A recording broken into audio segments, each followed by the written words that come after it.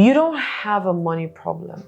You have a belief problem, because money always follows beliefs, not hustle. And if your inner script says, I am broke, I am stuck, I am cursed, then money is gonna say, you bet, I'll stay gone. But what if I told you that your next income level isn't your job, it's in your subconscious mind? Hi guys. I want to welcome you back again to the Owning My Greatness channel, where we don't just chase abundance, we become it. Today's truth bomb: your belief is the currency of your reality. That's what I'm going to say today. And I'm going to walk you through 4 beliefs that are quietly robbing you and how to rewrite them with power, joy, and just a little sass. Because abundance isn't earned by stress. It's magnetized by belief. So join me and let's dive in. The first thing I'm going to talk about is money is evil. That's the inherited belief and lie.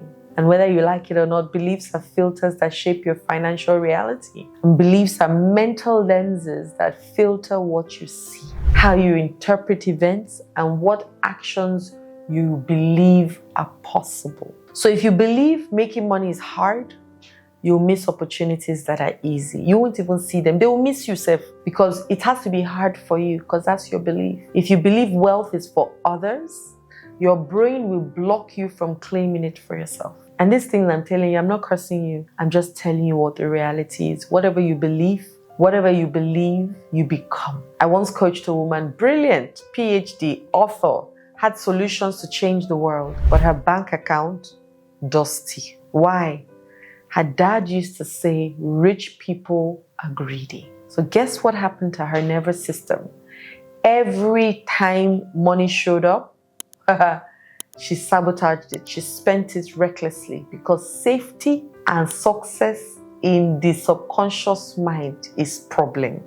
They don't go together. So instead of money is evil, we reframed it, and it became money amplifies who I already am. And I am generous, wise, and I'm changing the world with my resources. And that changed everything for her, because now she was able to believe in the truth, right? And you can say stuff like, I'm safe with money and money is safe with me.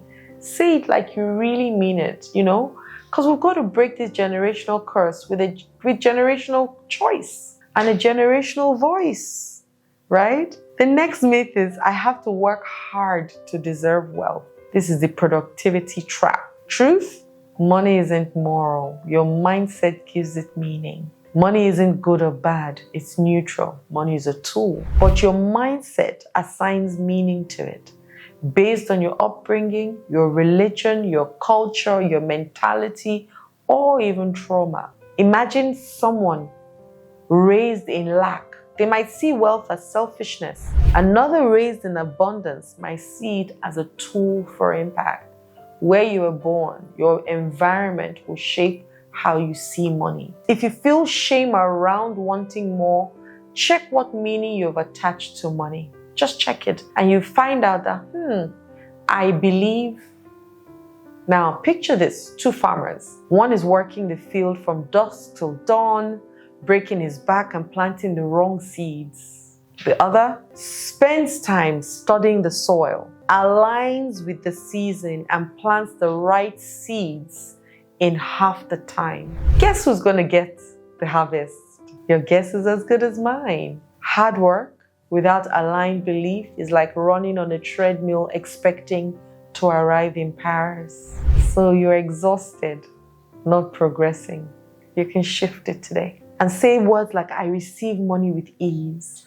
My alignment is more powerful than my grind. There's so many things you can say. Money loves me. It looks for me. If effort alone made people rich, every Nigerian woman frying puff in traffic would be a billionaire by now.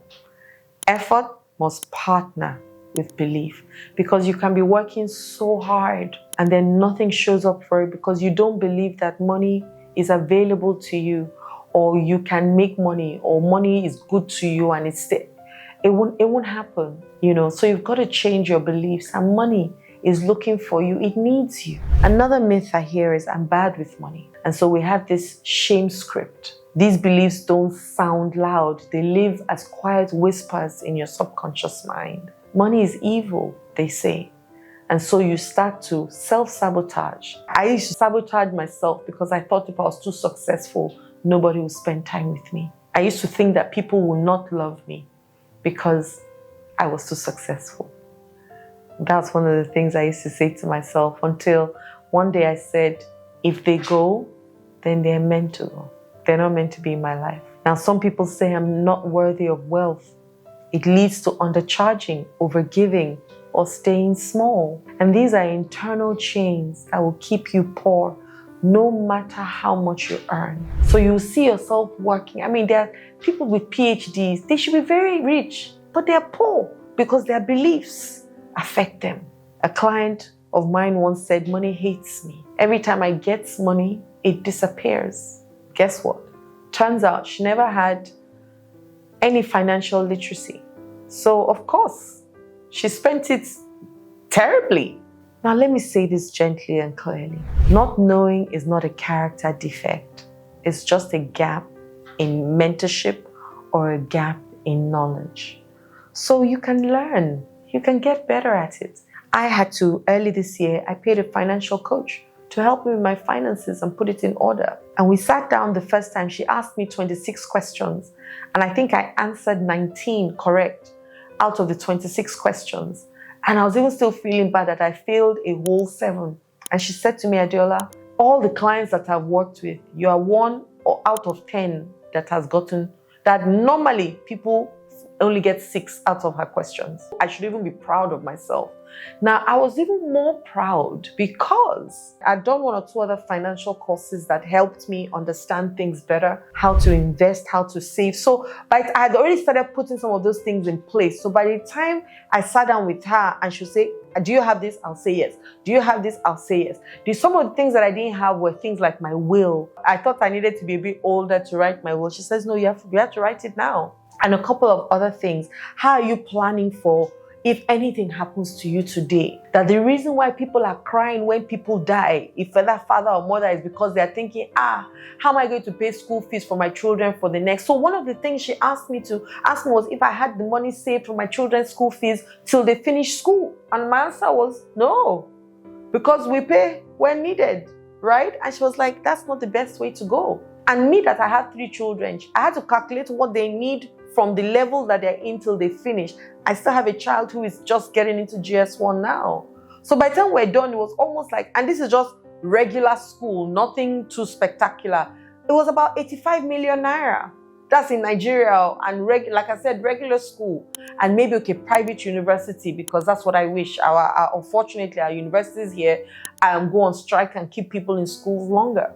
But I promise you, when I looked at it, I was like, wow. And she said to me, do you have all this money kept somewhere? And my answer was no. Now, I can almost bet that most of you listening to me, if you were asked those 26 questions, you probably will be failing 23. Not because you're a bad person, but because you don't have the knowledge. That's all it is. And so just like I got knowledge, you too can do the same. No baby gets up and says, I'm bad at walking after falling the first time. So why do you shame yourself when you fall or make mistakes? They say babies fall 60 times within the hour. If they are awake 8 hours, that's 420 times a day. And the baby never got up one day and said, you know what? I'm not walking again. I'm going to crawl till I die.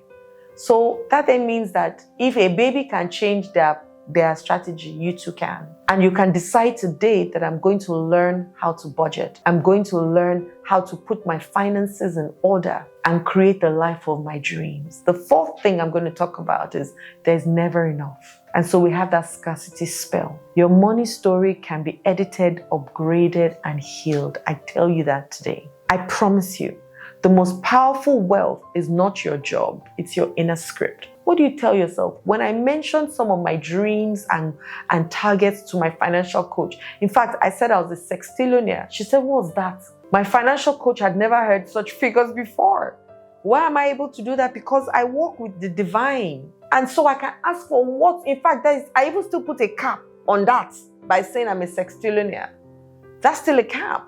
But who do you say you are? And how does your money work for you? Where do you send your money on errands to? When you're budgeting, when you understand your finances, you are sending your money on errands. You don't need to have it now.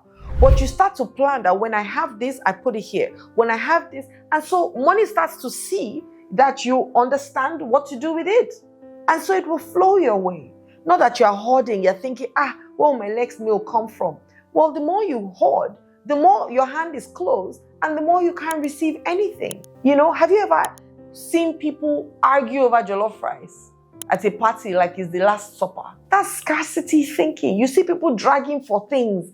Why? When you believe there's never enough, even when abundance shows up, you will hoard, you will panic, and you will repel it. Even when it shows up, you will repel it. The universe is not stingy. It doesn't even care about how many zeros you put behind the numbers. It's just matching your frequency. So what's your frequency that you can shift today? Maybe some of the things that you're saying is abundance is not a place that I reach. But you're born abundant. So you've got to change those words. You've got to say that there's more where that came from when I say when I'm circulating money, because I don't use the word spend money. When I'm circulating money, I say I'm circulating money and I send the money on errands. I say, as you go out, you come back to me from multiple sources in different denominations, and you come back with your friends, press down, shake it. I do it all the time. I thank the money. Whether it's my money or it's not my money, as long as you're entering my account and I can see it, I'm thanking the money. Thank you for coming my way. Thank you. And as it's going out, I'm thanking it also. And I'm thanking it in advance that when it comes back, he's going to come back with more of his friends. Am I saying that sometimes I don't think, I have? But because I now know that there's something else, there's a different frequency I want to be operating from, I start to do the things that I need to do to let money know that me and it are one. So listen, if your reality feels stuck, shaky, or straight up broke, because some people will say, you're broke, it's not punishment, it's your programming.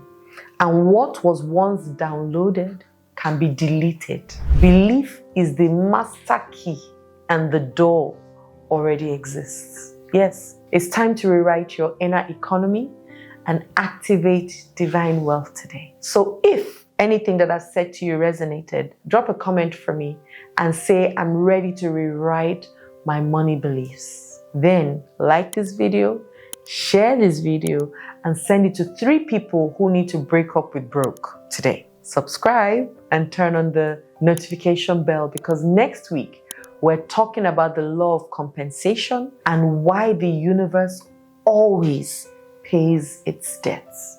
The Bible says, actually, as a person thinks in their heart, so is he. Wealth is first built in the mind and then built in your account. Have a wonderful day. My name is Adeola Kingsley James. Love and light.